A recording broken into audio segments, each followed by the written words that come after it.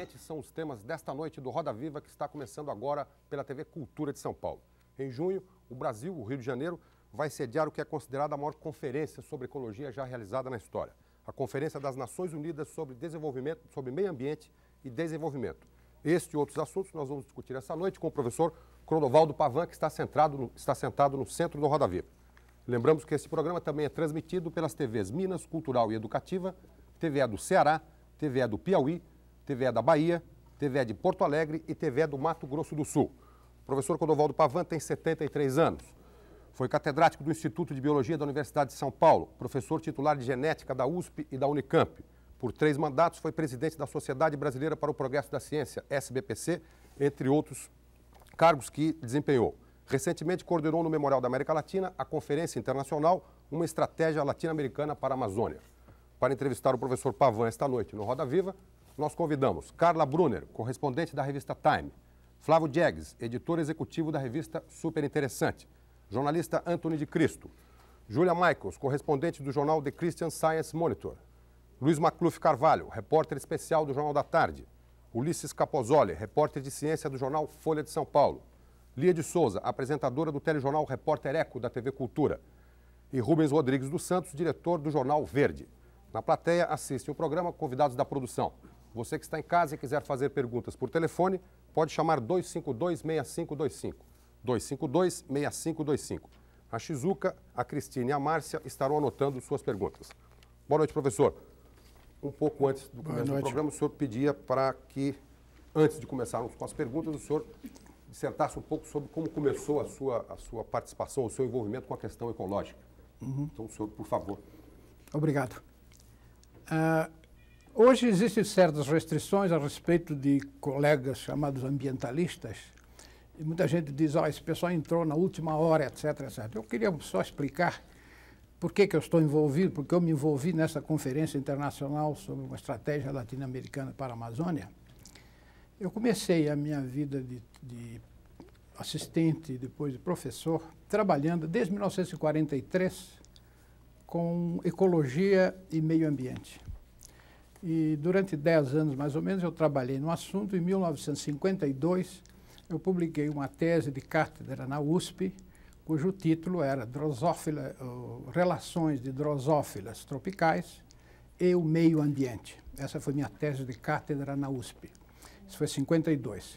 Em 55, eu publicava um artigo no Estado de São Paulo, no jornal Estado de São Paulo, sobre os perigos de laterização da Amazônia pelo desmatamento. E nessa época, 1955, eu também tive a chance de publicar um trabalho que eu tentava demonstrar que biologicamente as mulheres eram superiores aos homens, 1955. Infelizmente, nessa época, as mulheres não acreditavam no que eu estava dizendo e os homens achavam que eu era demagogo, de maneira que não adiantou muito essa coisa. Em 1957, eu convidei, quando eu já era professor titular, catedrático da Faculdade de Filosofia, Ciências e Letras, da USP, eu convidei o professor Charles Birch, que foi quem deu o primeiro curso de ecologia animal no Brasil. Foi um curso extraordinário e muito bom, e eu já tinha tido ecologia na filosofia como aluno do professor Ravitcher e professor Ferri. São duas pessoas que tiveram uma grande influência no aproveitamento do Cerrado. Eles fizeram trabalhos extraordinários, mostrando que no Cerrado o problema não era a falta d'água, como se pensava na época. E depois eu ainda estive trabalhando com vários assuntos relacionados com meio ambiente e ecologia de drosófilas, principalmente.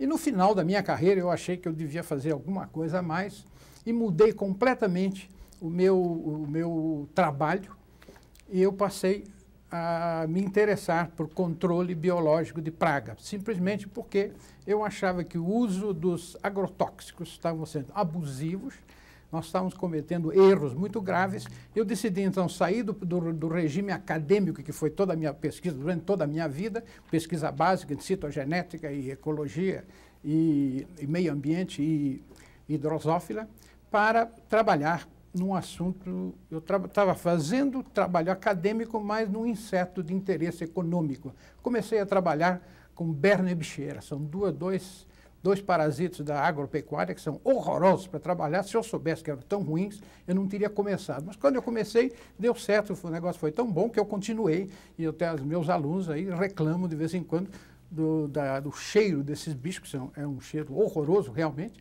mas de qualquer maneira os resultados têm sido muito bonitos, então nós trabalhamos. E daí mostrando que eu sempre me interessei pelo meio ambiente e continuo fazendo exatamente isso até agora.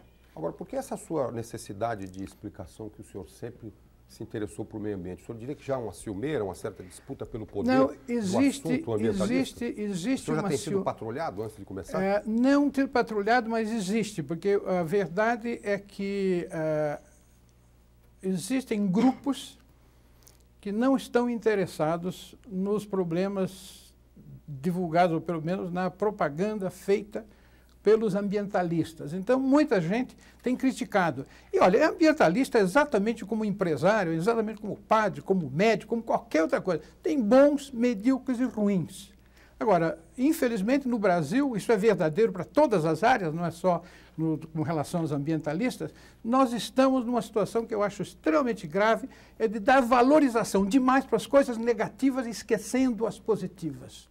Então, eu não gostaria de ser taxado, de estar aqui falando assim, entrou mais um aí, ambientalista que vem, uma revista que chegou porque o ambientalismo agora é um assunto importante, ele está entrando. Não, eu acho que, eu repito, eu acho que meio ambiente é o maior problema que está da humanidade hoje. Pode ser comparado ao problema populacional. Então, o crescimento populacional e o meio ambiente estão diretamente correlacionados, são os dois grandes problemas da humanidade. E no próximo século, no metade do próximo do milênio, do primeiro século do milênio, nós vamos ter um grande problema, que é o máximo que atingiu a população humana, o máximo viável, o máximo desejável que a população humana vai ter. E aí nós vamos ter realmente uma agressão ao instinto humano, porque o indivíduo não vai poder se reproduzir como ele gostaria. Ele tem que obedecer regras. E como nós somos animais sociais e que temos sérias restrições sociais para nós, eu espero que a gente aceite isso também. Mas não vai ser fácil. Professor, o senhor disse que os ambientalistas são bons, medíocres ou ruins. Certo. O senhor classificaria o professor Lutzenberg, ex-secretário, em que categoria dessas três? Como ambientalista, eu consideraria de ótimo, ele é muito bom. Agora, como político e propagandista, eu acho que ele deixa muito a desejar. Eu acho que no caso do Lutzenberg... Por quê, professor? Eu tenho a impressão que o Lutzenberg, você pode dizer que foi um gaúcho que tentaram fazer ele dançar lambada. Então, não deu certo. Mas ele, como ambientalista, ele já demonstrou que realmente ele é competente. Que críticas mais específicas o senhor faria ao desempenho político do Lutzenberg? Bom, em primeiro lugar, eu tenho a impressão que ele não fez aquilo que eu acho que deveria ser feito, que está faltando no Brasil. Ele não lutou muito para realmente desenvolver uma política de meio ambiente para o Brasil. O IBAMA está capengando, quer dizer, deveria, e talvez aí tenha um problema que a gente possa até desculpar, eu acho que não é, mas pode se desculpar, que é o seguinte: a Rio 92, essa conferência das Nações Unidas, que eu acho extraordinária, que a gente deve apoiá-la no que puder, ela tem o lado negativo e o lado positivo. O lado positivo, que é o maior, e o lado negativo. Eu acho que o lado negativo e o pior é aquele de todo mundo esperar que se realize a Conferência das Nações Unidas para fazer alguma coisa a respeito do meio ambiente. Então, muita coisa foi parada simplesmente porque vem a conferência, então vamos esperar para saber, quer dizer, como se o desenvolvimento do Brasil, como se o meio ambiente do Brasil dependesse dessa Rio 92, que eu acho um absurdo. O senhor acha e que é tem o que muita está gente correndo. querendo faturar prestígio em cima da Eco 92? Óbvio, isso aí foi como tudo, existe... Por exemplo? o senhor diria que parou, que podia continuar, que está esperando para aparecer na Eco 92? Não, mas aí não é isso que eu estou falando, são duas coisas. Né? Uma delas é, você me perguntou se existe muita gente. É óbvio que é um negócio que está na ordem do dia, então muita gente aproveita, fala.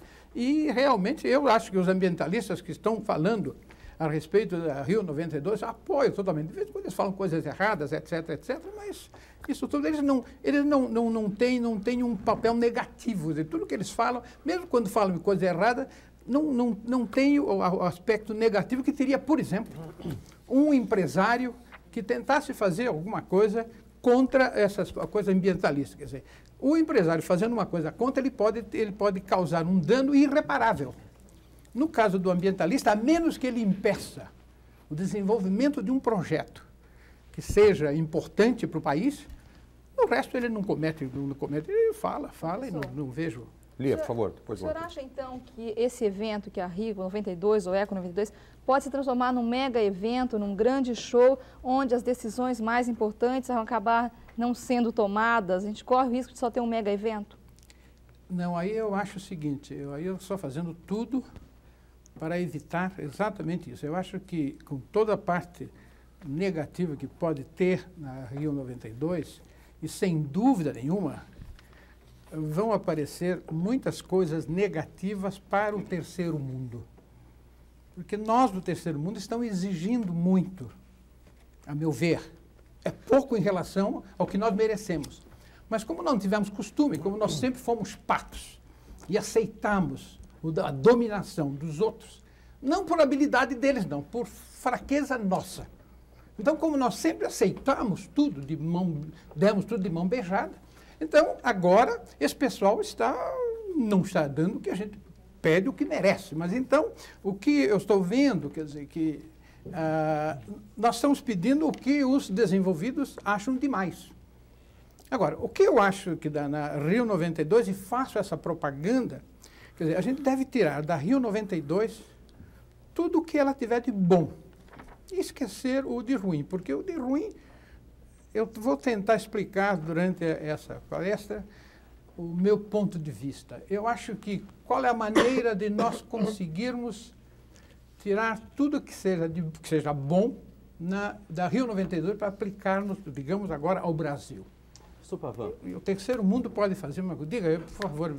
O senhor tem feito algumas críticas já há alguns anos a respeito da insensibilidade dos países ricos em relação à questão ambiental, e em relação a outras áreas também. Certo. Mas essas críticas do senhor, de certa forma, elas não acabam contribuindo para que a gente não que elas não sejam procedentes, mas elas não ocultam, de certa forma, um exame mais detalhado da posição que a gente tem assumido aqui no Brasil. Por exemplo, o primeiro encontro de 72 em Estocolmo, o ministro Reis Veloso disse, não é, que a gente tinha rios à vontade para ser poluído. E parece que esse tipo de colocação caiu no esquecimento. A gente não critica tanto representantes do governo brasileiro por omissões ou por atitudes desse tipo, e se critica muito mais os países envolvidos por uma certa insensibilidade. Ulisses, veja o que eu disse, quer dizer, nós somos patos, nós cedemos demais e não tivemos a noção do que nós somos. Então, a gente cede demais e quanto mais ceder, dá o dedo, ele quer a mão, dá a mão, ele quer o braço e assim por diante. E, na realidade, na política externa, eu não gostaria de também agora me alvorar empendido em política externa, que eu não entendo. Eu respeito muito o pessoal do Itamaraty, tenho amigos do Itamaraty, eu acho que é um grupo extraordinário, respeito-os muito. Agora, muitas coisas fogem do problema do Itamaraty. Agora, na realidade, eu estou de inteiro acordo. Eu acho que deve ser feita uma análise fria. Quer dizer, nós, povo, criticamos. Agora, cabe ao governo fazer análise do que se essa crítica é verdadeira ou falsa. Em sendo verdadeira, vamos tentar corrigir. Mas não é isso que tem acontecido. E, olha, o que os desenvolvidos têm força para fazer a gente mudar de ideia, ou pelo menos o governo mudar de ideia para fazer coisas, isso é líquido. Agora, o pior que está acontecendo é que no passado ainda a gente tinha uma esperança que os desenvolvidos precisavam dos subdesenvolvidos. Subdesenvolvidos hoje é um é um inconveniente para o primeiro mundo. Você acha que não precisa mais? Professor, mas será que não precisa? Quando os subdesenvolvidos são fonte de matéria-prima e de energia para os países desenvolvidos? Mas eles pegam fácil essa matéria-prima, para que eles precisam? Eu posso complementar a pergunta do Antônio, professor? Olha, eu vou dar exemplo de Carajás, por exemplo, em que nós temos o minério de ferro, é tirado, levado por 900 quilômetros numa estrada de ferro, colocado no navio, e garanto que o preço do ferro é mais barato do que custa para tirar, levar e computando o preço da rodovia, da ferrovia, naturalmente. Então, nós estamos fazendo, quer dizer, nós estamos dando de graça. Professor Pavan, mas no momento que a gente entra na conclusão de um processo de planetarização, certo, onde as questões ambientais têm um peso muito forte, quer dizer, a quantidade de dióxido de carbono na atmosfera, efeito estufa, quer dizer, a queima das matas no Brasil é um processo que afeta o planeta como um todo, não é? Eu acho que é um acontecimento muito recente isso, a questão ambiental, a questão nuclear, mesmo a questão do pós-guerra, que se destrói o planeta, não é mais uma nação. O senhor acha que ainda é possível continuar vendo essa relação entre países periféricos e países do centro? O senhor acha que esse mecanismo de planetarização está entendido? Está certo, eu não vejo, quer dizer, nós do terceiro mundo gostaríamos muito que não fosse. Agora, eu não vejo bem como o primeiro mundo vai aceitar as nossas imposições, que são verdadeiras e totalmente válidas. Mas o problema é que eles são os donos do dinheiro. É que, no fundo, eles dizem, olha, nós trabalhamos, nós fizemos isso, nós economizamos, fizemos isso e tudo. Eu tenho o direito de saber onde é que eu ponho o meu dinheiro. Agora, o que eu acho, a única possibilidade que eu vejo de nós sairmos dessa situação é através de movimentos como existem, dos verdes, dos ambientalistas, alguns, não diria todos, porque muitos são exagerados, mas tem muitos e que são muito importantes, é colocar realmente as cartas na mesa e mostrar, não para os empresários, nem multinacionais, nem governos dos países desenvolvidos, mostrar para o povo qual é a nossa situação. Nós devemos pegar, tentar conquistar a opinião pública, nacional e internacional. E isso a imprensa pode fazer. Porque, olha, tanto nos países desenvolvidos quanto se nós compararmos ricos e pobres, desenvolvidos e não desenvolvidos, tem essa diferença colossal. Mas dentro dos desenvolvidos também tem uma diferença colossal. Agora, essa diferença colossal e a porcentagem maior é daqueles injustiçados. E que estarão do nosso lado se nós dermos argumentos, e que eu acho que nós temos, para mostrar que o planeta é muito pequeno para o que nós estamos querendo, porque o que a população humana quer, e continuando nesse tipo de desenvolvimento como existe agora, nós não aguentaremos 30 ou 40 anos. Tem que haver alguma coisa. Tem que haver uma restrição a respeito. Você usou queimada na Amazônia como produção de CO2. Óbvio, quem produz muito mais CO2 é o petróleo, a queima de petróleo. E isto, eles nem querem que se discuta. Agora, eu acho que também é um absurdo. A Europa, nesse ponto, é mais racional. Olha, eu posso dizer o seguinte, passei 10 anos nos Estados Unidos, tenho amigos formidáveis, eu adoro os Estados Unidos, eu acho que os Estados Unidos é um país extraordinário. Estive lá, eu poderia viver o resto da minha vida lá, não quis viver, voltei para o Brasil, escolhi o Brasil para morar, voltei depois de ser professor titular com vitalicidade da Universidade do Texas, saí e vim para cá. Vim trabalhar no Brasil, não me arrependo absolutamente. Agora, eu acho que a política, não só dos Estados Unidos, é muito complicada para nós. Parece que o senhor acha que o recado não está sendo dado da maneira certa para os países do primeiro mundo. O que está faltando falar para eles? Não, espera, eu tenho a impressão que está sendo dado sim. Por exemplo, esta reunião Rio 92 é pressão popular dos desenvolvidos para que isso ocorresse, porque lê as coisas do Strong, do Maurice Strong. Quer dizer, o que ele coloca culpa os desenvolvidos pela poluição, pela maior parte da poluição, acha que os desenvolvidos têm que resolver a pobreza no mundo, se eles quiserem resolver o problema de meio ambiente. Então, no fundo, ele está totalmente do nosso lado. Agora, se ele vai ser ouvido, professor, eu não tenho muita certeza. Mas o senhor não acha que os desenvolvidos que estão com essa postura avançada de querer a conferência, de defender essas posições de desenvolvimento sustentável, são os que menos decidem, como a primeira-ministra da Noruega, como o representante da Comunidade Econômica Europeia, dentro desse esquema? São as pessoas que menos decidem, que estão querendo ajudar os países em desenvolvimento? Minha filha, então, o que nos cabe, como país subdesenvolvido, é tentar conquistar a opinião pública mundial. Através dela, eu acho que nós temos argumentos. Quer dizer, se nós nós temos defeitos enormes, todo mundo tem defeito, não é por aí. Então, agora, o que eu acho que é verificando quais são as situações que nos colocaram em situação vexatória e que é verdadeiro, e para colocar na opinião pública mundial, e eu tenho a impressão, só através disso nós conseguimos. Porque com argumentos outros, tentar conseguir governantes, ou conquistar governantes, ou conquistar multinacionais, coisas, não é por outro lado. Eu também digo que entre os governantes existem bons, medíocres e ruins, entre as multinacionais existem boas, medíocres e ruins. Então, óbvio que sempre não estou generalizando e colocando as multinacionais como algoz que nada disso. Algumas são formidáveis. E nós realmente usamos muitas e não tenho coisa. Agora, existem outras que não são tão desejáveis quanto gostaríamos. Professor, para colocar uma questão objetiva, eu gostaria de perguntar o seguinte. O senhor disse que hoje em dia os países subdesenvolvidos já não são nem necessários mais, que é a situação extrema.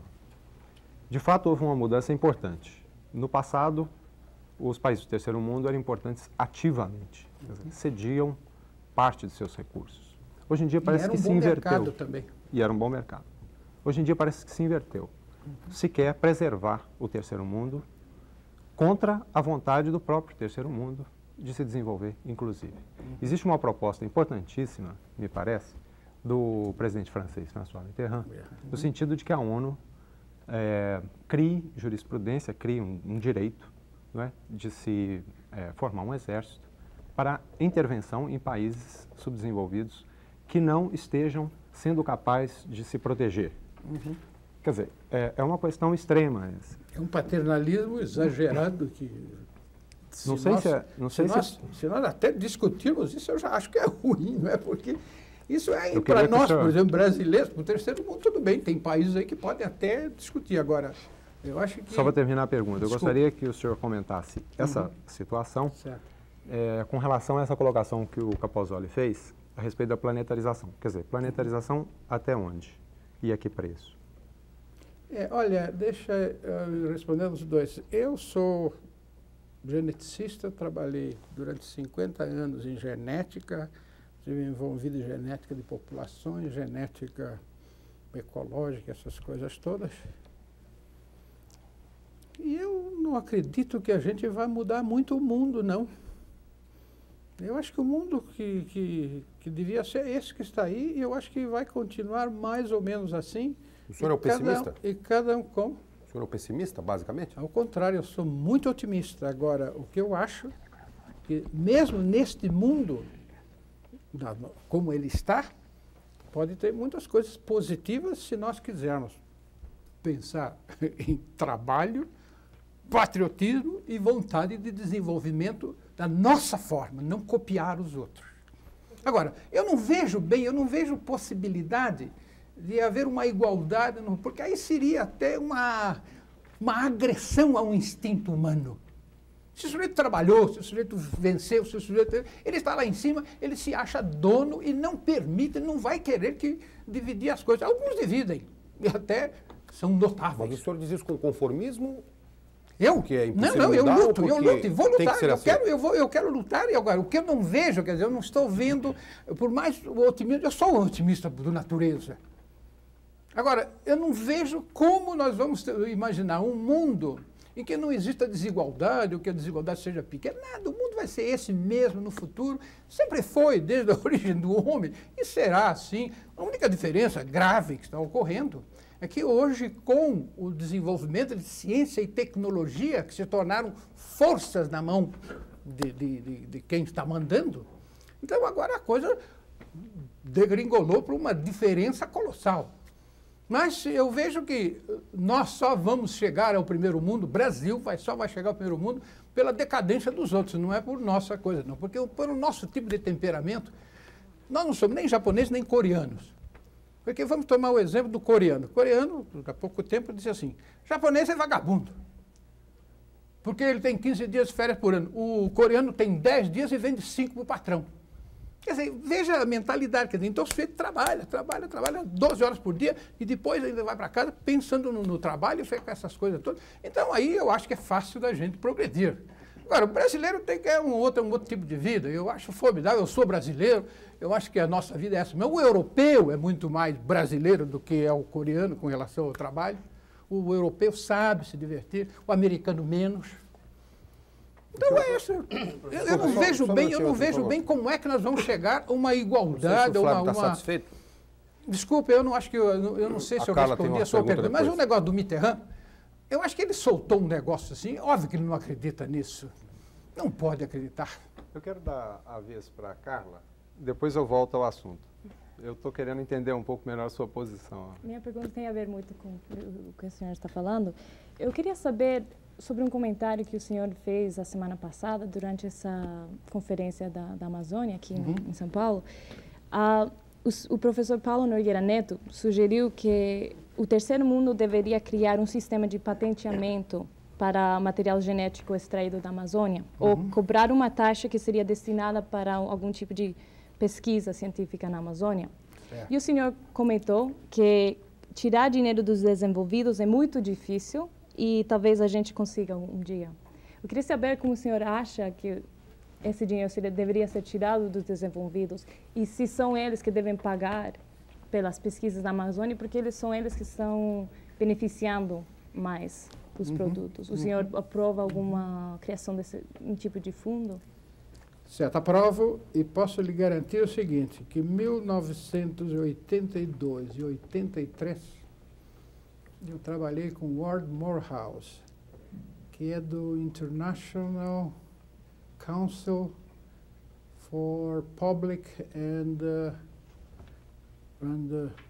for International and Public Affairs, Nova York, ali na praça, tem um escritório ali na praça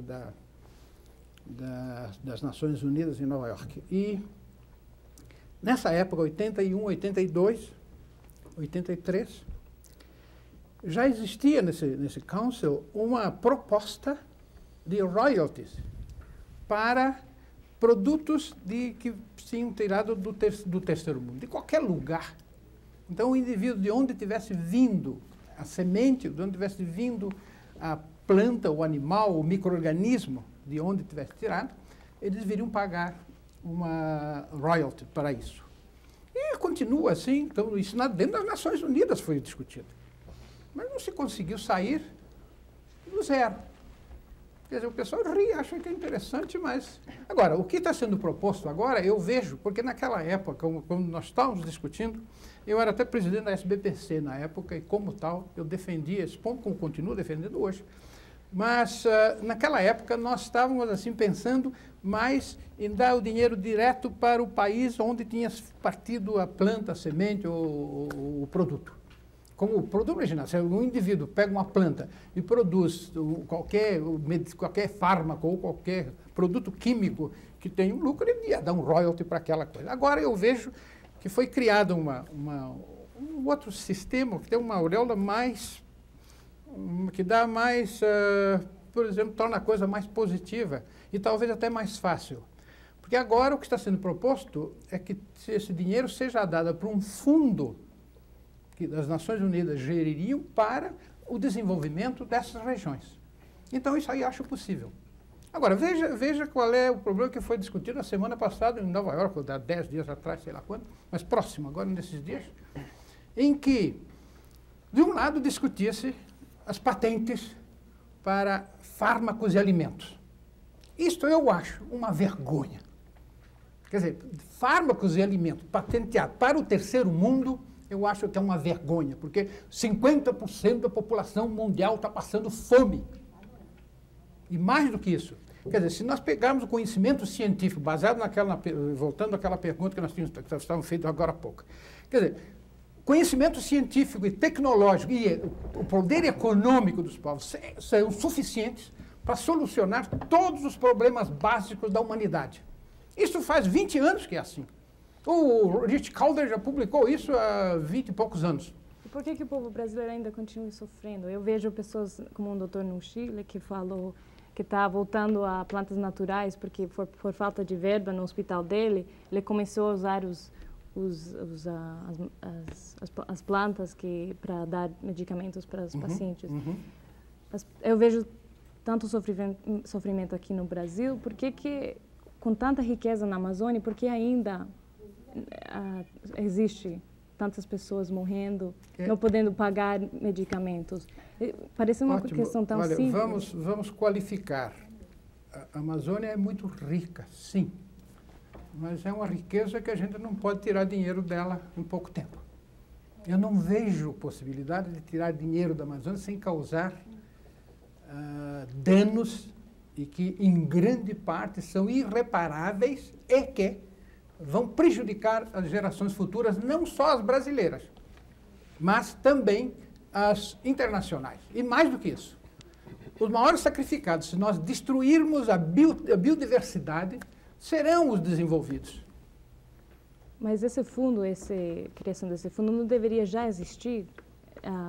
Já não deveria já estar implementado? Estamos inteiro acordo. Eu acho que eu sou daqueles que sempre defendi. Eu fui membro da OEA durante muito tempo, 4 anos pelo menos, e lá eu defendi o problema. Eu acho que a gente deve pedir auxílio para os desenvolvidos.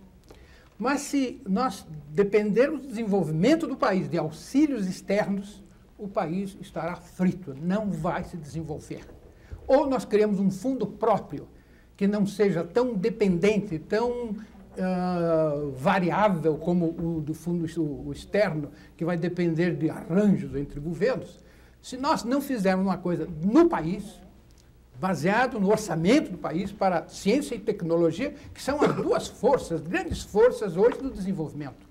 Eu não acho que ciência e tecnologia vão resolver todos os problemas do mundo, e nem do país.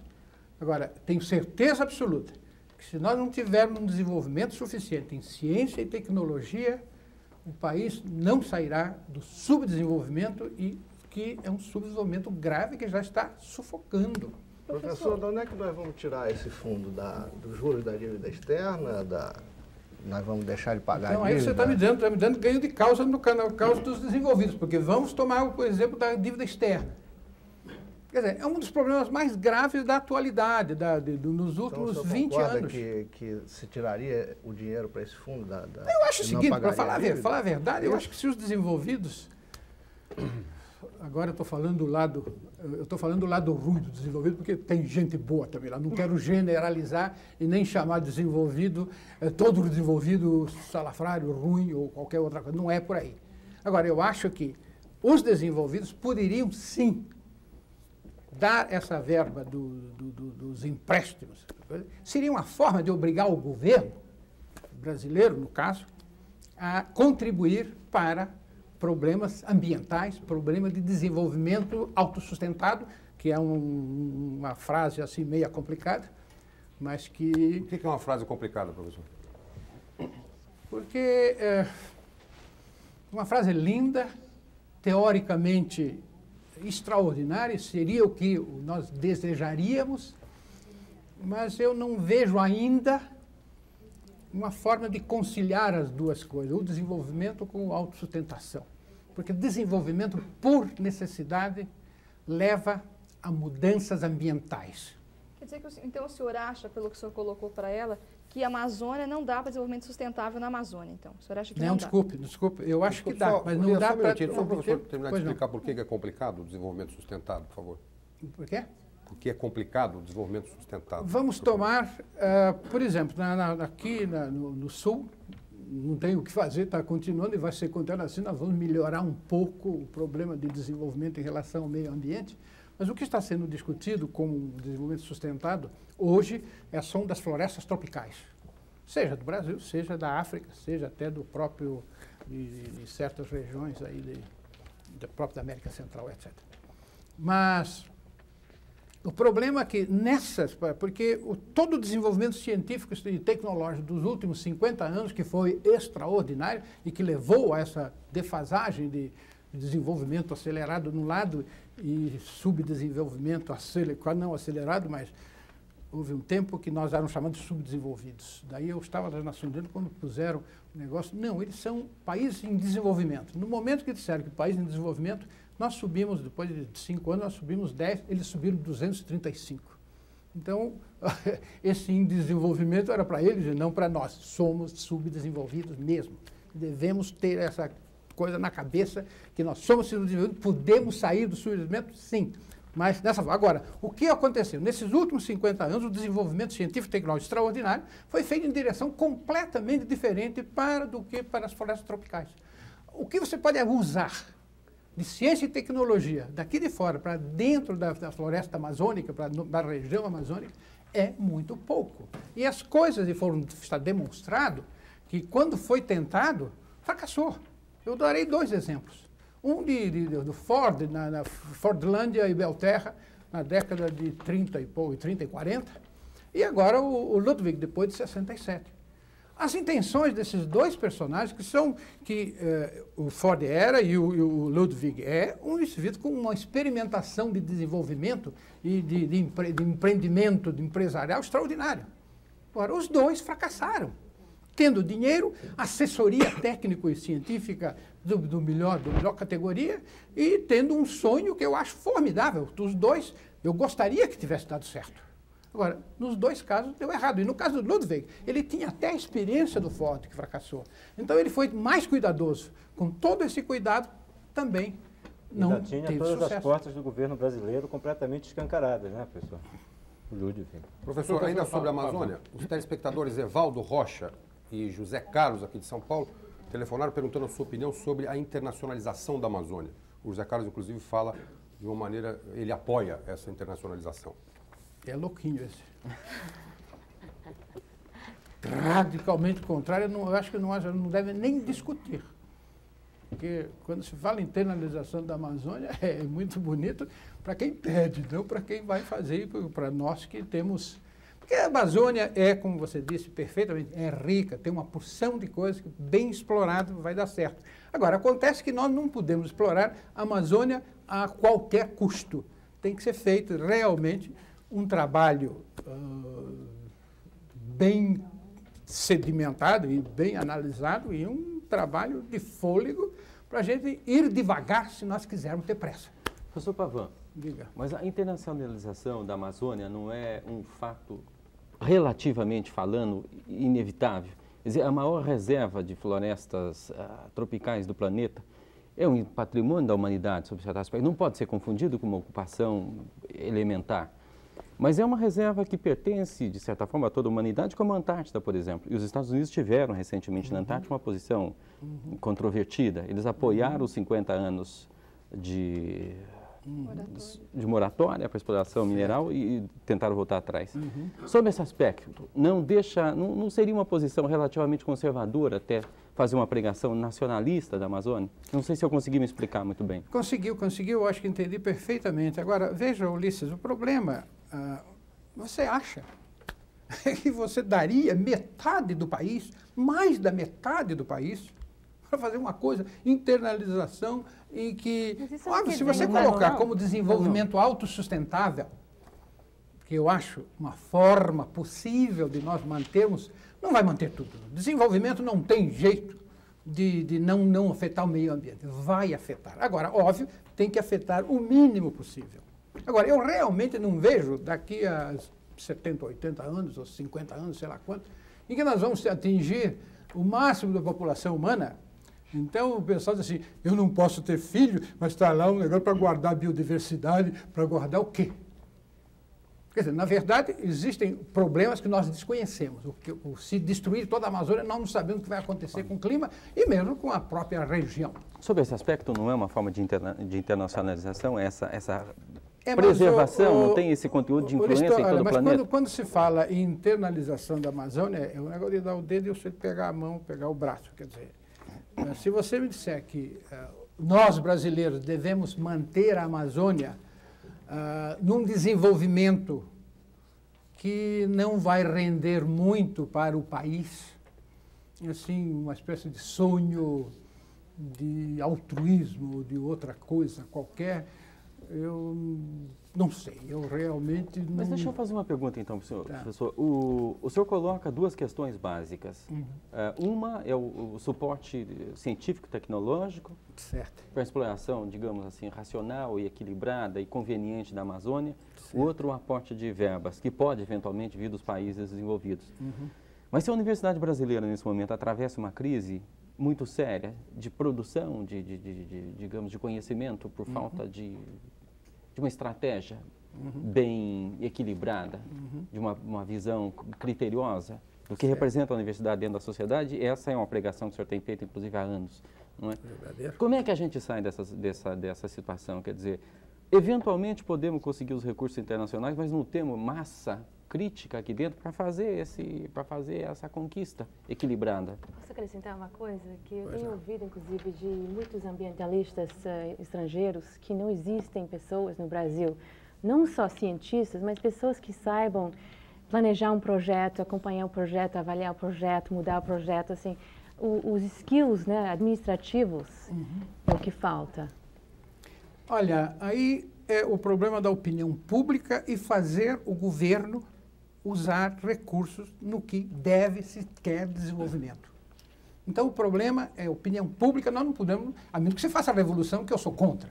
Eu acho que nós, a duras custas, conseguimos esse chamado democracia, que ainda eu acho que não existe no Brasil, porque principalmente não por outras coisas, a não ser a própria falta de participação. Esse movimento dos aposentados eu acho formidável. É uma demonstração que até democracia pode existir e nos dá um alento assim, olha, se eles fizeram, eu acho que nós também podemos fazer. Então, através do movimento popular, a gente pode atingir essa coisa. Porque, na verdade, os recursos que são necessários não são, assim, de uma ordem de vultuosa, etc. E se a coisa for bem orientada, se tiver um planejamento de desenvolvimento ambiental do país, garanto que os desenvolvidos os bons desenvolvidos, vão ceder recursos. E mais do que isso, esse seu argumento de que nós não temos pessoal no Brasil qualificado, posso garantir que a gente arranja. Porque eu garanto que se me derem dinheiro, eu trago americanos, trago europeus, trago ingleses, trago asiáticos, trago os russos, trago quem for preciso. Porque se nós tivermos recursos, e não são grandes recursos, e nem vamos pagar o que o americano paga. E tem forma de fazer. Agora parece que o governador Mestrinho está querendo fazer um instituto qualquer, ou uma fundação, uma coisa qualquer. Eu até propus a ele fazer o seguinte, se conseguir uma meia dúzia de pessoas que serão os dirigentes, e trazer estrangeiros passando um ano aqui no Brasil. Mas em projetos que você não vem aqui fazer turismo e nem vem aqui trabalhar num problema que ele queira. Trabalhar num projeto definido. Quer dizer, eu sou totalmente o grande defensor do desenvolvimento de ciência básica nas universidades. Por outro lado, eu acho que instituto de pesquisa, sem uma orientação, poucas coisas, mas em profundidade. E aí, com isso, a gente consegue.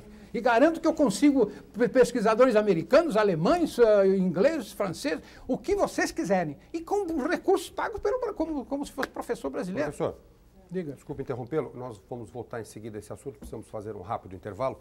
O Roda Viva volta daqui a pouco, entrevistando hoje o professor Clodovaldo Pavan. Até já.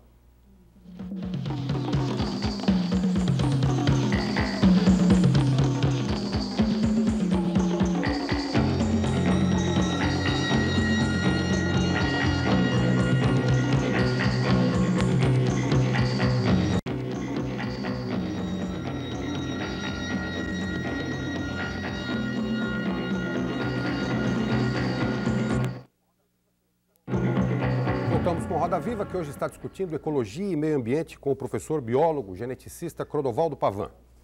Lembramos ao telespectador José Armelim de Salto que o professor já falou sobre a questão da internacionalização da Amazônia. Professor, no primeiro bloco discutimos a questão de preservação da Amazônia, desenvolvimento, etc. Aí a telespectadora Marina Sping, de Campinas, ela tem apenas 8 anos. Ela telefonou, estava ouvindo o senhor e pergunta o seguinte: gostaria de saber se quando eu crescer ainda existirá a Amazônia. Garanto que sim. A menos que alguém... Professor. Ao menos que alguém... Desculpa. Depois o Rubens tem uma pergunta. Ao menos que alguém parta para a ignorância, mas vai existir sim. Aguenta o galho aí, você vai ver a Amazônia verde, formidável. Tem um território enorme, não vai ser fácil de destruir, não. E outra coisa, se não for no papo assim, a gente vai com um soco mesmo, porque precisa defender a Amazônia. Vamos defender. Rubens Rodrigues dos Santos, por favor, tem uma pergunta. Professor Pavan, no início da sua exposição, o professor fez referência a um dos problemas fundamentais que a humanidade enfrenta, que é o excesso de população e o crescimento desordenado dessa população. Nós temos um relatório recente da ONU, no qual é dito o seguinte, que nós estamos aproximadamente hoje com 5,4 bilhões de seres humanos, sendo que 75% desses seres humanos vivem em países pobres. Lá pelo ano 2000, nós estaremos na casa dos 6 bilhões. E segundo este mesmo relatório das Nações Unidas, no ano 2025, nós seremos 8,5 bilhões de seres humanos e 85% deles vivendo em países pobres. Eu gostaria que o professor Pavan focalizasse essa questão importantíssima, como geneticista que é, essa questão importantíssima do crescimento desordenado das populações ricas e das populações pobres. As populações ricas crescendo de acordo com índices que variam de 0,8, quer dizer, negativo, a 1,2, e as populações pobres crescendo de 2 a 3% ao ano.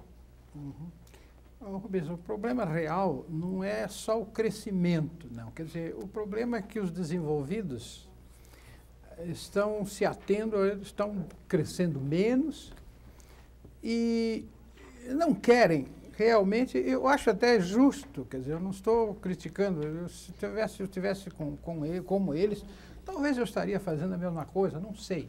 Porque o que eu vejo de grave nesse problema do crescimento populacional que você está colocando é que, ao lado do crescimento populacional, se nós tivéssemos um aumento do nível de vida das populações já existentes, então, imagina, o aumento do nível de vida das populações existentes consumiria tanta energia e tantos gastos quanto o crescimento populacional.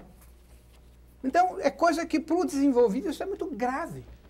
Quer dizer, quanto mais eles derem recursos para os subdesenvolvidos, mais eles vão aumentar o seu nível de vida, mais problemas vão trazer com relação à população e meio ambiente e o tamanho da Terra. Então é um problema óbvio que eu estou sendo cínico, culpando os desenvolvidos por tudo. Nós somos muito responsáveis por isso também, mas eu não tenho a menor dúvida que para os desenvolvidos a situação é um ponto de interrogação muito grande. Eu não tenho certeza que eles queiram resolver esse problema. É muito grave para eles também. Mas, infelizmente, isso é o que as Nações Unidas estão propondo. Quer dizer, eu acho que deve ser imparcial. Professor. E, no entanto, a situação é grave e eu tenho certeza. Eu acredito que vai ocorrer isso que eu estava dizendo no começo. Quer dizer, o mundo é esse mesmo, vai ocorrer essas coisas. Eu não vejo possibilidade de nós diminuirmos essas coisas, a menos que o terceiro mundo faça o que estou propondo, numa situação. Não imagino que eu tenha todas as soluções do mundo, porque eu não conheço 90% dessas coisas todas, inclusive muitas que eu estou discutindo aqui. Mas o problema é que eu não vejo como a gente sair se não for através de muito trabalho, muita coisa e outra coisa também, que eu acho que seria extraordinário. Não querer copiar os desenvolvidos. Pelo menos no começo, vamos tentar solucionar os problemas básicos brasileiros. O que é a mortalidade infantil? O que é a mortalidade de pessoas por falta de tratamento médico? O que é a mortalidade por falta de alimentação? O que é a mortalidade pelo sujeito mal educado ele não conseguir viver numa sociedade normal? A expansão do cólera, por exemplo, agora, é um caso típico. A moléstia se expande no Brasil, como se expandiu em outras nações, devido à falta de saneamento básico. Falta de saneamento básico que exige recursos de vulto para Rubens, que se construa esgotos e água tratada. Certo. Eu estou de acordo com você, mas o problema da cólera e outras doenças mais ou menos como essa, para a solução, aí você precisaria de recursos muito mais que até que os desenvolvidos têm. Sr. Pavan, porque veja qual é o problema de saneamento básico. Veja qual é o real problema. Quer dizer, nós não temos tratamento racional de esgoto em São Paulo, cidade de São Paulo, cidade mais rica do Brasil. O tratamento de esgoto é deficitário. Imagine na periferia ou nas regiões mais pobres. Professor. Então, para a solução desse problema, veja a solução do Tietê. Porque o problema grave é que os problemas que nós temos não são iguais aos problemas que têm os desenvolvidos. Problema de esgoto. Eles não têm esse problema. Então, para eles não é. Então, nós precisamos trabalhar no Brasil. E como faltam recursos, e como tem outros problemas mais prementes, tem outros problemas com mais interesse político, ou outras coisas que se queira dar um nome, então esse pessoal quer resolver problemas que dê ibope e não que tenha uma duração, ou pelo menos que signifique um desenvolvimento mais racional da população a médio e longo prazo. E o professor continua sendo otimista quanto ao futuro, né? Continuo sendo otimista. Se eu sou otimista, eu acho que o jeito vai chegar um ponto que a gente vai se virar e garanto que a gente... Agora, mesmo que os desenvolvidos, segundo o Maurice Strong, que foi secretário da Estocolmo 72 e será secretário da Rio 92, de acordo com cálculos de Maurice Strong, os países desenvolvidos devem, a fundo perdido, aplicar cerca de 125 bilhões de dólares por ano. 4 vezes isso devem aplicar os países que vão receber essa quantia para que o mundo se salve dentro de algumas décadas. No Brasil, esse dinheiro não corre o risco de ir para o ralo da corrupção, como dizia o Lutzenberg outro dia, professor? Se você abrir mão, que você se entregar para ele, então, óbvio. Agora, eu vejo que está uma intenção, talvez com essa mudança de ministério, aí parece que a coisa está nessa margem que chegou ao máximo do concebível. Então, agora talvez mude. Vem uma outra revolução de 31 de março aí. Professor. Macluf tem uma pergunta, por favor. Volta e meia, essa questão da corrupção nos persegue a todos. Como assim? Eu queria aproveitar a oportunidade para o senhor esclarecer um problema, um processo que está na Justiça, até hoje, um desvio de verba não explicado durante a sua gestão no CNPq, durante o governo Sarney. Uma mercadoria foi comprada por quase 500 mil dólares, acabou se pagando por ela 6,9 bilhões de dólares, milhões de dólares. É uma diferença de 4 milhões e mais uns trocados de dólares.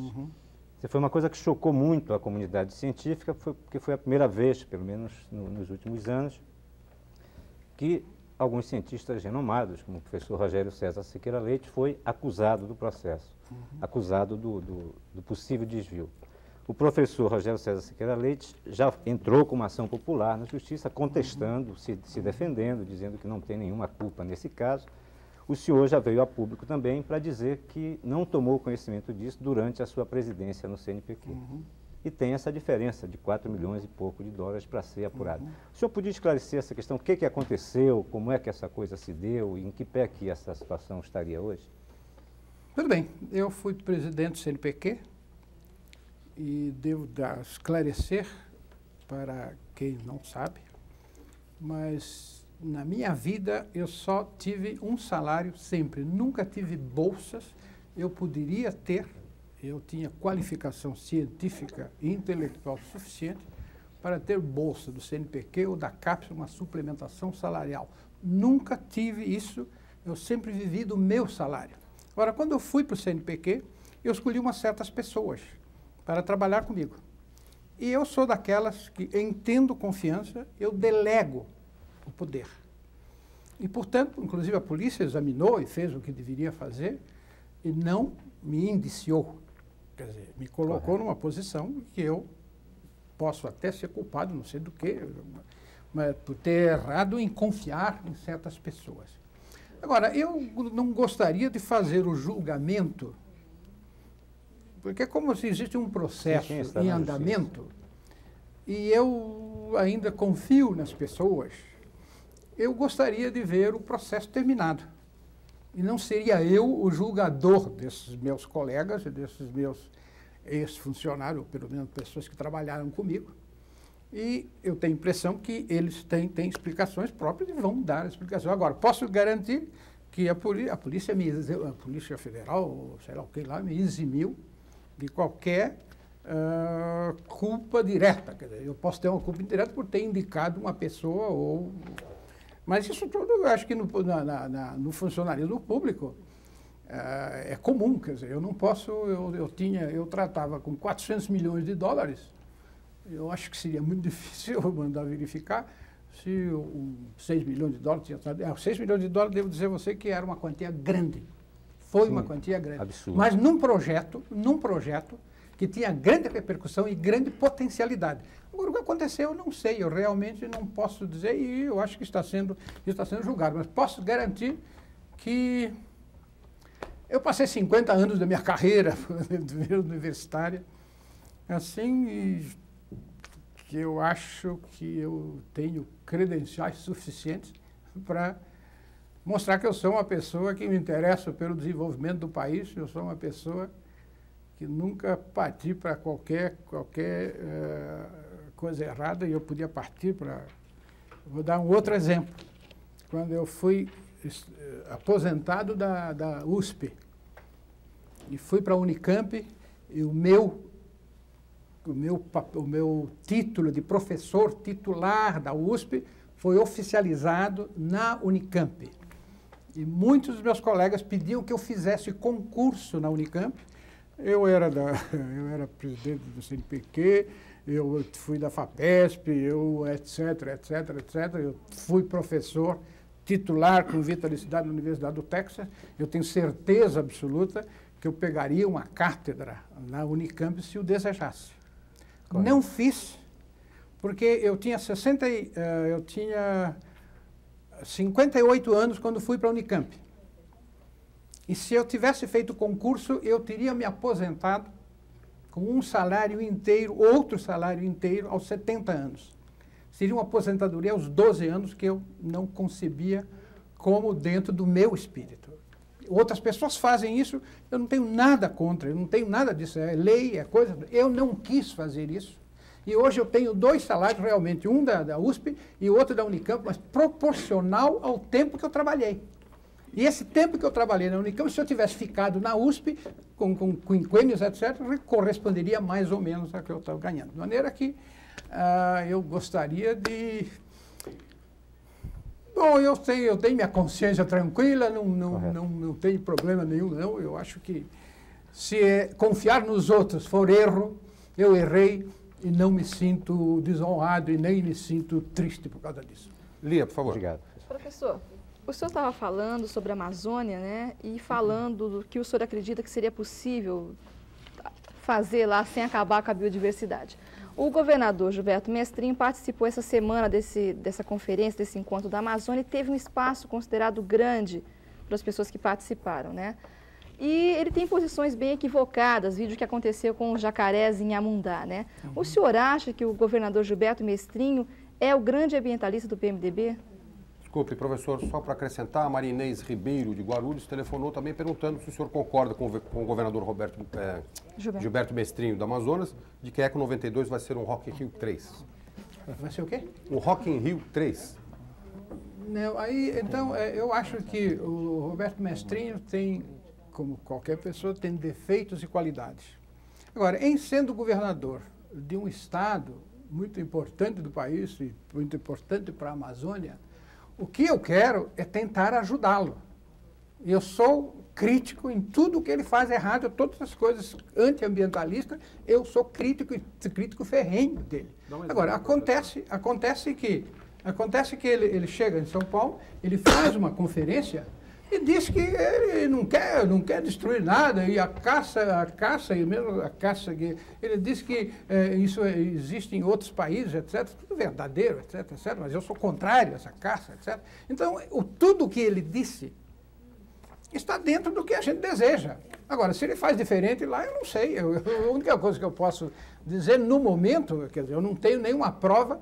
Esse negócio do jacaré foi horroroso, mas aí até que ponto ele disse aquilo que tinha dito, etc., e que as coisas decorreram, não sei. Ele esteve aqui e disse que realmente precisava matar os jacarés, aqui no Roda Viva. Ele esteve aqui no Roda Viva e disse que precisava mesmo matar os jacarés.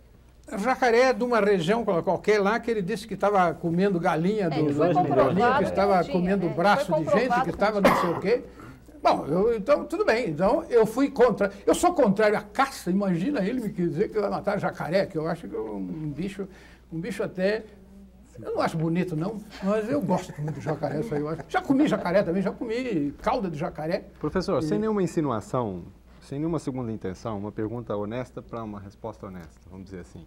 Até que ponto o cientista atrapalha o político que o senhor, queira ou não, o senhor é? Quer dizer... O senhor disse agora há pouco que estava dizendo coisas sobre as quais o senhor não entendia. Isso é uma característica típica do político, do jornalista também, aliás, que fala sobre coisas que não entende. Né? Muitas vezes é mais verdadeiro em relação ao jornalista do que... Eu acho que sim. Mas até onde o cientista, diante esse monumento, essa coisa linda que é a Amazônia, né? Até que ponto o cientista cega um pouco os olhos da pessoa, do político, da pessoa pública, vamos dizer assim? Eu repito, eu acho o seguinte, quer dizer, eu sou radicalmente contrário em pensar na Amazônia como um santuário. O território é grande demais, óbvio que grande demais em relação ao tamanho do país, quer dizer, mais da metade do país. Então, não é uma parcela pequena. Então, alguns países podem dizer, não, eu deixo como um santuário, mas tem um pedacinho desse tamanho. Nós temos metade do país. Então, e eu não vejo também, baseado no que eu tenho de geneticista e conhecimento dos caracteres genéticos e dos fatores hereditários, dos fatores ambientais, etc., eu não vejo bem, não imagino que eles vão deixar a pergunta da menina se vai ter Amazônia. Vai ter Amazônia. Agora que não vai ser intocável, não vai, não. Porque o problema, o homem é o único organismo dentre os seres vivos que evolui não por mudanças genéticas, ele evolui mudando o ambiente. Quer dizer, todos os outros animais e todos os outros organismos, qualquer que eles sejam, plantas, eles se adaptam ao ambiente mudando os genes. O homem faz o contrário, muda o ambiente para manter os mesmos genes. E mudando o meio ambiente é o progresso humano. Então, tem que progredir nessa base. E entendo progredir nessa base, eu não vejo bem, como eu estou dizendo, não vejo bem como é que nós vamos poder manter a floresta amazônica como um santuário, etc. Que argumento nós vamos ter? A biodiversidade? Não acho que seja por aí. Porque biodiversidade, sendo protegida por parques nacionais ou reserva extrativa, ou reserva, sei lá o nome que queira dar, essas são paliativos, não resolve o problema da biodiversidade. Agora, a biodiversidade, que é a maior que tem no planeta, na Amazônia, ela só pode ser preservada se ao lado dos parques nacionais e reservas florestais se faça também manutenção no laboratório. Então, bancos de genes, podia-se pensar até em fazer um depósito de genes lá no Polo Sul. Isso com relação à biodiversidade. Mas eu gostaria de formular uma pergunta ao professor Pavan a respeito da energia, que é importantíssima para a vida do homem. Perfeito. O professor Pavan sabe que na década de 60, os norte-americanos propuseram a construção de uma barragem na região de Óbidos. Foi o Instituto Hudson. Que Herman Kahn propôs a construção de uma grande barragem e da maior hidrelétrica do mundo, que geraria uma quantidade absurda de energia elétrica, né? Então, nós inundaríamos grande parte da bacia amazônica. Hoje, eles recuaram, né, e são a favor da preservação da floresta amazônica. Mas eu queria justamente entrar na questão da energia. A energia que é fundamental para o desenvolvimento. Nós estamos vivendo a época dos combustíveis fósseis, dos derivados de petróleo e do carvão.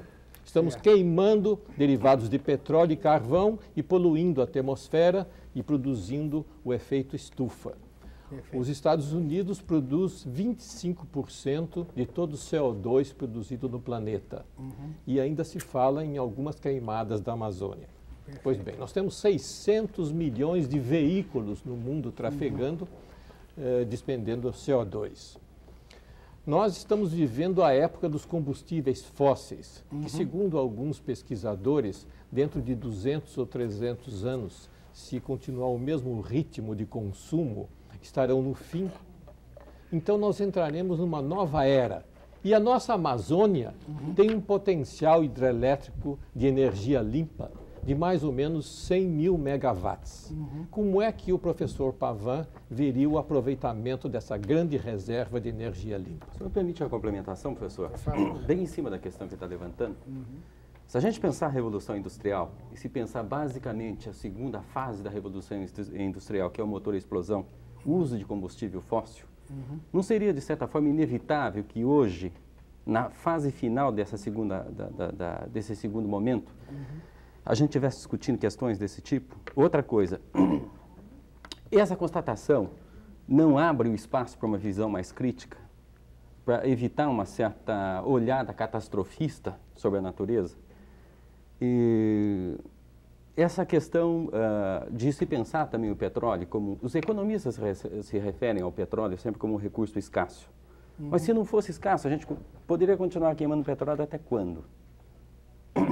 Esse não é um fato histórico. Haveria razões, um caminho histórico que permitisse que a gente fizesse esse trajeto de forma diferente? O pessoal do CERN, que é o Centro Europeu de Estudos principalmente de Energia Nuclear, de Genebra, eles não falam em 200 anos para terminar, mas eles falam em mais 30 ou 40 anos, nesse desenvolvimento a Terra não vai aguentar os problemas. Porque o que está ocorrendo, verdadeiro ou falso, é um fato.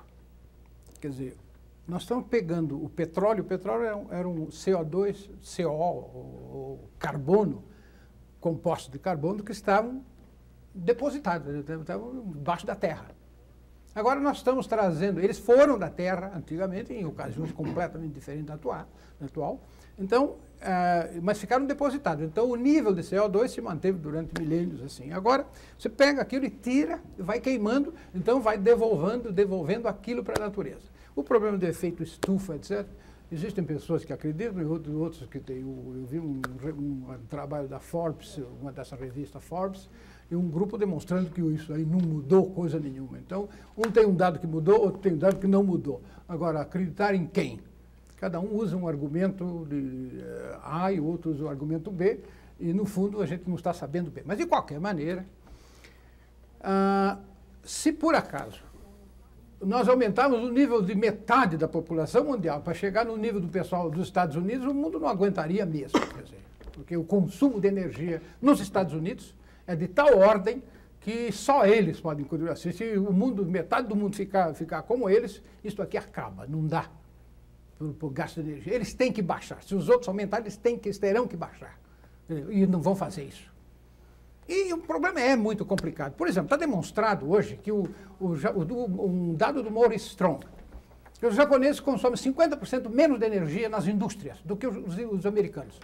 Quer dizer, 50% de energia, isso dá no preço do produto 5%, é muito dinheiro. E, no entanto, os americanos não estão fazendo nada, não, estão continuando assim. Quer dizer, se dá assim, por que eu vou virar japonês para fazer a coisa? Então, continuam fazendo. Então, você vê, mesmo nos casos em que eles têm lucro, e lucros ponderáveis, eles não agem. Imagina no caso que não tem lucro nenhum e que vai ajudar o terceiro mundo. Então, o problema que eu vejo, a saída mesmo, vai ser energia nuclear. E eu espero que seja por fusão. E o pessoal do CERN está trabalhando nesse assunto. Agora, eu acho que o Brasil devia se empenhar, sim, na energia nuclear normal, a que existe hoje, que é a da fissão. Mas deixa eu fazer uma perguntinha, então, professor. Eu acho que a questão da energia nuclear é um tabu entre os ecologistas.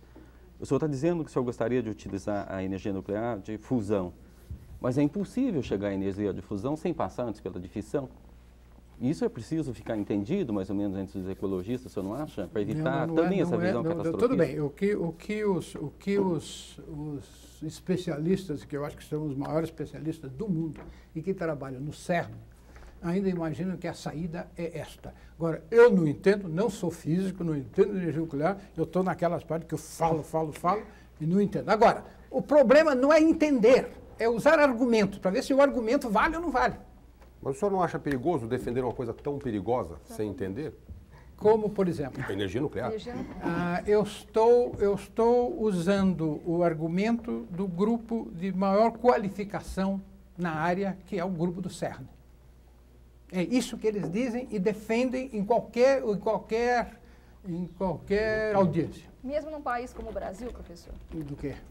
Onde não se tem fiscalização, onde a gente tem o exemplo aqui do que aconteceu em Angra, de desperdício de dinheiro. O que eu acho é que, no caso o Brasil pensar em fusão, não vai pensar, e não tão fácil. Agora, o que acontece, nós temos gente trabalhando no CERN. Temos pesquisadores brasileiros trabalhando no CERN.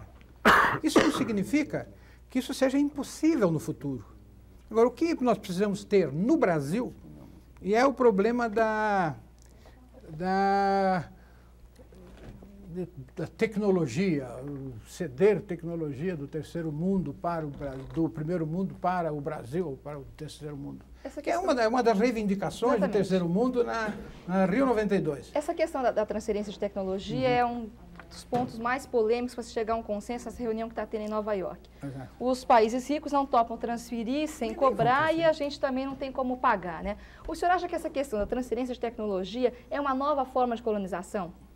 Não, aí não é problema de nova forma de colonização, é uma forma de defesa, autodefesa. Eu não poderia acusá-los de, quer dizer, eu tenho, isso aqui é meu. Para entregar, eu tenho que ter alguma coisa em troca, quer dizer, isso aí faz parte da mentalidade do capitalista. Mas eles só vêm desse lado, quer dizer, na questão da transferência de tecnologia. Quando é o nosso lado de fornecer recursos genéticos, nós não temos troca. Então. Mas, minha filha, é exatamente a contradição que está em Nova York. Então, nós estamos pedindo royalties, não dão, mas eles estão pedindo patente para fármacos e para alimentos, que eu acho um contrassenso, se não uma imoralidade. Professor, enquanto nós Júlia, por favor.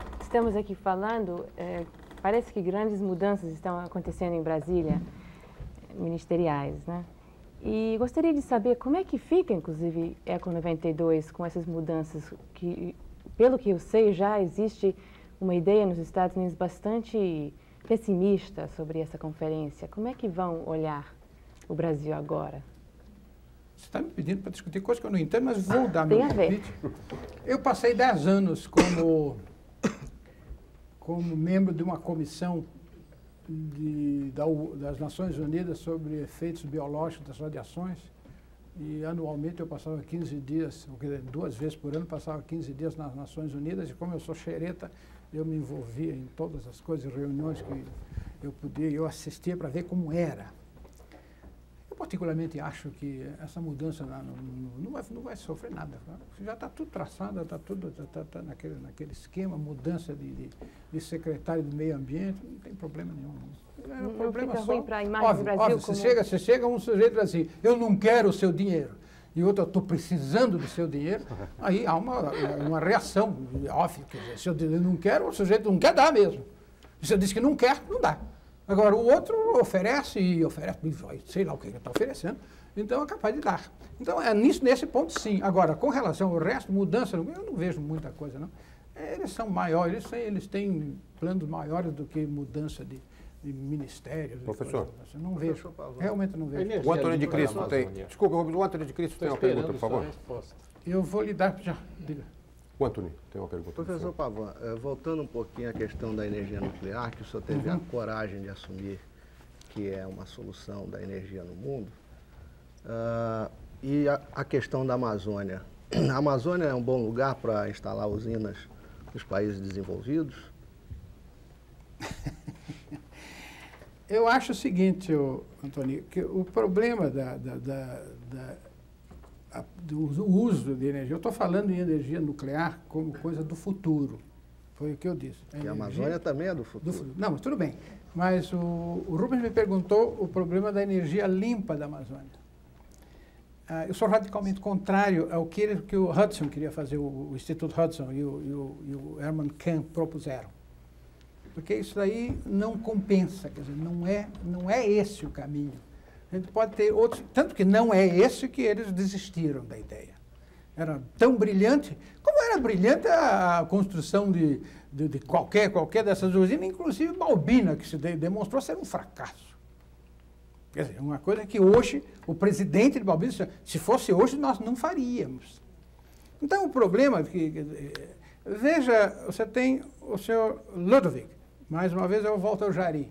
Você não tinha 1 bilhão e 300 milhões de dólares, ou aplicou 1 bilhão e 300 milhões de dólares. Tinha uma assessoria científica, tecnológica, econômica, e o nome que você queira dar, administrativa, de primeira qualidade, porque ele é experimentado como empreendedor. Agora, chega e fracassa. E você acha que uma dessas coisas, maior ainda, muito maior. Eu não estava defendendo a construção, eu estava perguntando a respeito do potencial de 100 mil megawatts existentes na Amazônia, não aproveitados numa única usina gigantesca, mas em várias usinas. O professor é a favor ou é contra esse aproveitamento? Utilização de pequenas usinas, perfeitamente válido. Porque o problema é fazer grandes usinas que causam danos irreversíveis. E que se amanhã a gente quiser mudar, já acabou, já não tem que engolir como está. O que, a meu ver, é um absurdo. Agora, inclusive este grande lago, pode ser que demonstrem que esse lago daqui a X anos seja uma coisa imprescindível. Não sei nada, se for demonstrado que é imprescindível e que causa menos dano do que outras coisas que poderiam ser feitas, tudo bem. Professor. Agora, eu não vejo bem como é que nós vamos fazer, tirar energia da biomassa só. Biomassa nós tiramos no Brasil, álcool é biomassa. Macluf, por favor. Só refazendo a pergunta da minha colega ali de uma outra maneira. O que o senhor achou, afinal, dessas mudanças que o país viveu hoje no governo Collor? Especificamente, como é que o senhor avalia a política do governo Collor na área de ciência e tecnologia? Vamos discutir Amazônia, meio ambiente e genética, se quiser. Então eu vou fazer para o senhor Por favor, eu não gostaria de me envolver nessa coisa, porque agora está... Voltando à questão que o Se Flávio levantou. Até eu respondo, O Flávio perguntou ao senhor, até que ponto o cientista fica cego pelo político? Então vamos repetir o senhor respondeu, mas é verdade, não respondi, então, não respondi. Eu lhe lembraria que o senhor não respondeu esse item, eu lhe perguntaria de novo. Muito obrigado, Flávio. perfeito. E aproveitando a questão do governo, ou seja, até que ponto o senhor acha o governo hoje, o governo Collor, tem pelo menos 2 cientistas, ou 2 eminentes, pessoas como o professor Jatene e o professor Goldenberg. Quer dizer, até que ponto esses 2 eminentes cientistas podem ficar cegos pela política, ou até que ponto eles podem ser instrumentalizados no seu prestígio pelo governo. Um governo sem prestígio que está refazendo o seu ministério e não por acaso, com exceção do ministro da Economia, o Marcílio, ficaram os 2 ministros que têm esse prestígio além ou acima do governo. Olha, eu não vejo realmente muita diferença entre o cientista que vira político e o homem comum que tem tendência política e vira político. Eu acho que o cientista é um homem como outro qualquer, se fanatiza em alguns casos, é neutro em outros e até contra em outros, mas é um cidadão como outro qualquer. Eu não colocaria esse estigma dentro do cientista como aquele sujeitinho que põe avental branco, tem cavanhaque, fuma cachimbo e faz um ar assim. Nada, o cientista é o homem comum, tem de tudo. Eu não vejo, então, o cientista que entra na política é igual a qualquer outro o ser humano, qualquer outro cidadão comum, ou jornalista, ou seja, o que for, que entra na política. E eu não vejo que fica cego em nada, em coisa nenhuma, não. A gente tem uma visão mais... Por exemplo, eu fui um pesquisador experimentalista durante todo o tempo que trabalhei na universidade, eu fiz ciência experimental. Então, a gente tem uma vivência maior com algumas coisas, e no meu caso específico, que eu trabalhava com genética de populações, trabalhava com problemas de de moscas e insetos com o meio ambiente. Atualmente ainda trabalho com controle biológico de pragas. Quer dizer, isso tudo me faz como um outro qualquer, um cidadão qualquer. Professor, eu não quero fazer nenhuma ligação entre controle biológico de pragas e o governo, mas eu quero perguntar o seguinte: por que o senhor não quer responder sobre fazer uma avaliação de méritos, pelo menos sobre a atuação do governo Collor nessa área sua, de ciência e tecnologia? A situação está tão preta assim que o senhor não quer nem comentar? Está muito preta. É isso? Está preta e, infelizmente, eu tenho o CNPq falido, ou a FINEP falida, o Gold, o pessoal fazendo greve numa coisa que se queremos desenvolver a Amazônia, tem que ser lá. O INPA está ruim. Então, a coisa está muito ruim, ciência e tecnologia, não se pode negar. E dizer que vai melhorar, ótimo que vai melhorar. Agora, eu não gostaria de dizer mais. Eu dei minha opinião, pelo menos. Deu a sua opinião. Carla, por favor. Professor, uma imagem que o Brasil vai querer vender no Eco 92 é que o país está bem mais comportado na área de queimadas na Amazônia. Nesses dias, o INPE revelou que ha diminuído por 20% comparado com o desmatamento. Desculpa. E dizem algumas pessoas que isso foi causado pela recessão, que isso realmente não é uma diminuição real. Uhum. Será que o Brasil vai conseguir vender essa imagem de um país já bem mais comportado? Professor, o Ciro Queiroz Fius, aqui de São Paulo, também lhe pergunta em relação às queimadas na Amazônia e poluição em relação ao Eco 92. Veja a coincidência, a Sharp também diminuiu 20% da produção dela, de maneira que diminuiu na Amazônia e diminuiu na Sharp, eu não sei qual é a relação. Eu tenho a impressão que diminuiu 20% só, eu acho que é muito pouco.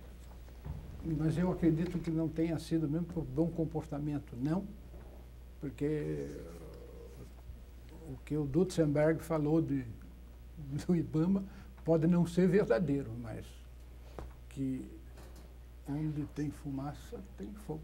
Principalmente na Amazônia. Que não tem, olha aqui, que eu vejo o seguinte, eu não estou acusando ninguém do IBAMA, ninguém da Secretaria de Meio Ambiente, porque na realidade é muito difícil de controlar. É difícil controlar o garimpo no Rio de Janeiro, jogando o mercúrio em lagoas e rios que vão suprir de água potável alguma cidade do Rio de Janeiro. Não controla no Rio de Janeiro, vai controlar na Amazônia? Eu acho muito difícil. Agora, que tem que ser controlado, tem.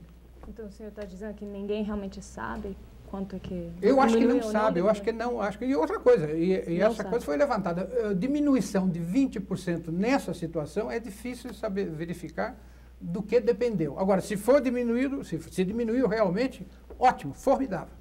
Se foi por bom comportamento, mas eu não tenho dados nenhum para saber se foi bom comportamento ou não. Agora, óbvio, se eu estivesse no governo, provavelmente eu diria, não, nós estamos realmente controlando. Eu estou do lado de fora, eu quero ver mais dados, eu quero ver coisas mais concretas, se isso aí vai se perpetuar ou vai se manter assim no futuro. Professor, por favor, Júlia. Perguntar se o senhor pensa alguma hora estar no governo mesmo. Seria interessante poder estar no governo e poder contribuir com suas ideias à política ambiental? Olha, eu não preciso Desculpa, professor, a Ivete Penha de Moraes, de São Bernardo do Campo, faz a mesma pergunta. Se o senhor aceitaria, se houvesse oportunidade, aceitaria participar do governo, no Ministério, o IBAMA, enfim? É uma pergunta assim, quer dizer, não vou ser convidado, eu dizer que eu não aceito é absurdo, porque eu não vou ser convidado da mesma maneira que não tem a pergunta, não tem razão de responder. Mas se o senhor fosse ser convidado? Não vou ser convidado de maneira que não tem. Eu tenho razões para dizer que eu não vou ser convidado de maneira que não tem problema nenhum. Mas o senhor gostaria, então, de ser convidado? Olha, deixa eu me colocar. Quando eu saí do CNPq, o Evaldo Alves, que frequentava o bolo de noiva, que estava organizando a área de ciência e tecnologia, me convidou para ajudá-lo. Eu, de público, disse, eu estou ajudando o Evaldo Alves, quero ajudá-lo, vou ajudar o governo no que eu puder. Agora, não quero ficar em Brasília. Está decidido, eu não vou voltar para Brasília. Agora, eu penso mais no Brasil do que no governo. E como cidadão, eu acho que eu tenho que prestar a minha colaboração, como estou dando agora para o Paulo de Tarso, aí no Memorial da América Latina. Ele me fez um convite extremamente amável, uma coisa que eu acho que é muito importante. Eu estou aposentado, eu não preciso trabalhar, eu tenho 2 aposentadorias, uma da USP e aquela por tempo de serviço na Unicamp. Não preciso trabalhar porque eu tenho uma vida muito modesta, não faço nada a não ser me divertir, trabalhando nas minhas coisas, lendo quando posso, ouvindo música quando posso, e até não tenho tempo de não fazer nada que eu gostaria. Professor, diga. Para encerrar, 2 perguntas de telespectadores, que o nosso tempo já está se esgotando. O senhor falou muito em mobilização de opinião pública, etc., no primeiro bloco principalmente, e a Cecília Terra, de São Paulo, telefonou perguntando se o senhor acha que o brasileiro já tem consciência sobre ecologia e sobre a preocupação que ele deve ter em relação a preservar o meio ambiente. E a Roberta Carvalho, também de São Paulo, pergunta se o processo ainda é reversível, ou seja, se ainda pode haver harmonia entre o meio ambiente e a população. Olha, ótima essa pergunta, porque esta conferência, uma estratégia latino-americana para a Amazônia, me deu grande satisfação. Em primeiro lugar, quando o Paulo de Tarso me convidou, ele me fez um convite muito amável e me elogiou muita coisa assim, que ele é muito... Ele é um dos que delega as coisas, eu acho ele formidável. Então, ele me deu essa tarefa. Eu fiquei com medo, porque, na realidade, existe uma desesperança hoje na comunidade científica e intelectual, uma falta de perspectiva e que eu tinha certeza absoluta que eu não ia obter o que eu gostaria. Qual não foi minha surpresa quando todas as pessoas que eu convidei, aquelas que não puderam vir, justificaram, inclusive o Luiz Felipe Macedo Soares, que é o secretário, o responsável pela delegação brasileira. Ele esteve conosco na organização da coisa, queria colaborar conosco. E então, eu consegui convocar em São Paulo uma pleia de intelectuais do mais alto nível, seja dos países latino-americanos, que tem gente muito boa, diga-se de passagem, não só no Brasil, mas nos países latino-americanos também, principalmente aqueles que estão envolvidos com Nações Unidas, bancos ou outras coisas qualquer, são pessoas extraordinárias, cientistas do mais alto nível, todos vieram para São Paulo. E mais do que isso, eu chego e o que eu recebo na coisa? Um dia aparecem 120 meninos, alunos de uma escola de Osasco, aí, Cefam de Osasco, uma professora Maria Célia Rodrigues. Ela leva os alunos assim, tem um cantinho para nós ficarmos, como nós não estávamos precisando de audiência, porque tinha bastante, mas o anfiteatro lá do Memorial é enorme. Então, colocamos aquela mulher, a garotada toda, num canto qualquer, e eu sou muito observador, ficava olhando para saber se o garoto ficava brincando. Todo mundo assim, uma expectativa de querer saber alguma coisa, etc. Qual não foi minha surpresa quando a professora veio e me disse assim, professor, eles queriam ver se podiam assistir à reunião de conclusão. Eu disse, não só pode, como eu vou elogiar vocês, e na mesa de encerramento foi colocado um aluno dessa escola, Márcio, não sei do que, para ficar na mesa de recepção do encerramento. E eu encontro quem? Ayn Grunspoon. É um amigo meu, é um psicólogo de infantil, de mais alta categoria, assistindo 3 dias, que perdeu os clientes, etc., para assistir. Eu disse, por que está assistindo? Porque eu me interesso por meio ambiente. E meteu a colher de pau lá, chegou e propôs situação para as crianças da Amazônia. Então eu encontro tanta gente, tanta coisa, que eu tenho certeza absoluta, se nós fizermos o movimento, há uma crença na importância do meio ambiente, não tenho a menor dúvida. Para encerrar, bem curto, por favor, a pergunta da Roberta, se o processo é reversível, ou seja, pode haver essa harmonia entre meio ambiente e crescimento populacional. Só pode haver, porque se não houver isto, o homem será um fracassado, ou pelo menos para as gerações futuras. Tem que haver, isto é verdadeiro, é válido. Então, o problema nosso, e vocês da imprensa são os nossos maiores aliados, em convencer a opinião pública do que isto que nós estamos discutindo não sou eu que está discutindo, é uma comunidade de intelectuais, e como o pessoal que estava nessa conferência, do mais alto nível. E se nós conseguirmos convencer a opinião pública de que isto que está sendo proposto é importante, garanto que nós solucionaremos o problema. Professor Clodovaldo Pavan, nós agradecemos então a sua presença esta noite no Roda Viva, agradecemos aos companheiros jornalistas e aos telespectadores. Lembrando que as perguntas que não puderam ser feitas ao vivo serão entregues após o programa ao professor. O Roda Viva fica por aqui e volta na próxima segunda-feira, às 9 horas da noite. Até lá e uma boa noite a todos. Obrigado.